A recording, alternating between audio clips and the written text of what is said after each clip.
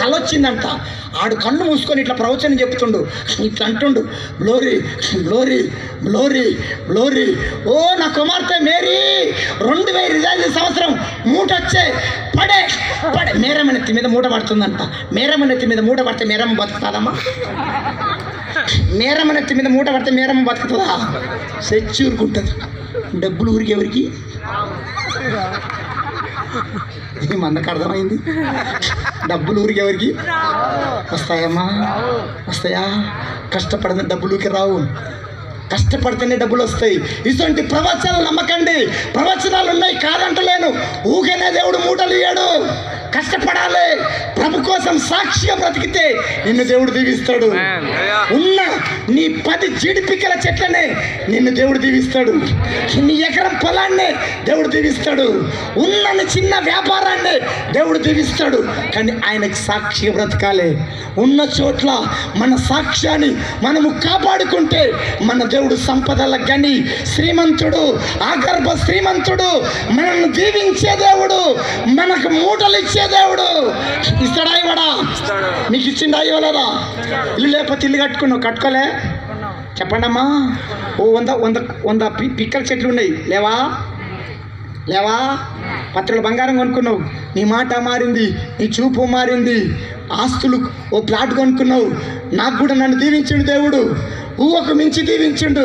నాకు మంచి కారు లేకపోవచ్చు, మంచి బిల్డింగ్ లేకపోవచ్చు, రాత్రి చెప్పినట్టుగా 2 ఆస్తులు కలిగి ఉన్నా. రక్షణ అనే ఆస్తి నాకుంది, ఆత్మీయత అనే ఆస్తి నాకుంది. అక్క అన్నా, నీకు ఏ ఆస్తి లేకపోయినా సరే 2 ఆస్తులు కలిగి ఉండాలి క్రైస్తవుడు. రక్షణనే ఆత్మీయతనే, ఈ 2 ఆస్తులు కలిగి ఉంటే ఒక ఎమ్మెల్యే కన్నా, ఒక ఎంపీ కన్నా, ఓ ప్రధానమంత్రి కన్నా, ఓ రాష్ట్రపతి కన్నా మనము ధన్యులమా కాదా? ఇట్లానండి, మనము ధన్యుల. రాత్రి చెప్పినట్టుగా మనము ఒక ఎమ్మెల్యే కన్నా, ఒక ఎంపీ కన్నా, ఒక కలెక్టర్ కన్నా, ఓ ప్రధానమంత్రి కన్నా, 100 ఎకరాల పొలం ఉన్నోని కన్నా, ₹1 కోట్ల కొంపున్నోని కన్నా, ఓ రాష్ట్రపతి కన్నా మనము ధన్యులమా కాదా? ప్రధానమంత్రికి అన్ని ఉండొచ్చు, మంచి భోజనం ఉంది, మంచి బట్టలు ఉన్నాయి, లగ్జరీ లైఫ్ ఉంది, అన్ని ఉన్నాయి, కానీ రక్షణ లేదు.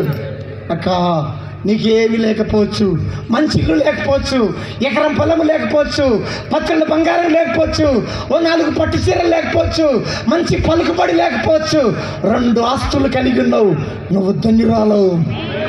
రక్షణనే, ఆత్మీయతనే, ఈ 2 ఆస్తులు కలిగి ఉండాలి. ఈ మందనంట ధన్యుల మందనంట. కార్తీక దీపం, మనసు మందారం, జబర్దస్త్, సీరియల్, సినిమాలు చూసుకుంటా, గుట్కలు, పాన్ పరాకులు తినుకుంటా,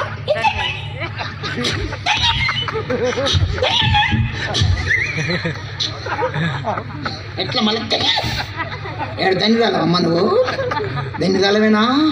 ధన్యుడవేనా? నీ గుండె మీద చెయ్యేసి నీ మనస్సాక్షిని అడుగు. నువ్వు ధన్యురాల వైదుగాక, ఈ కోడిక ద్వారా నువ్వు ధన్యుడ వైదుగాక, మనమందరం పరలోకంలో ఎత్తబడదువు గాక, ఈ కోడిక ద్వారా మార్చబడదురు గాక. దేవునికి స్తోత్రం. ఇంకొంచెం గట్టిగా నుంచి ఓ తీర్మానానికి రా. నిజమే ప్రభా, నా ఆత్మీయ జీవితానికి పురుగు పట్టిందయ్యా, నా ఆత్మీయ జీవితానికి చెదలు పట్టిందయ్యా, నా భక్తి మంచిగా లేదయ్యా అని ఓ తీర్మానానికి వద్దుగాక. ప్రభు కొరకు నేను ప్రాణమైన పెడతంటివి,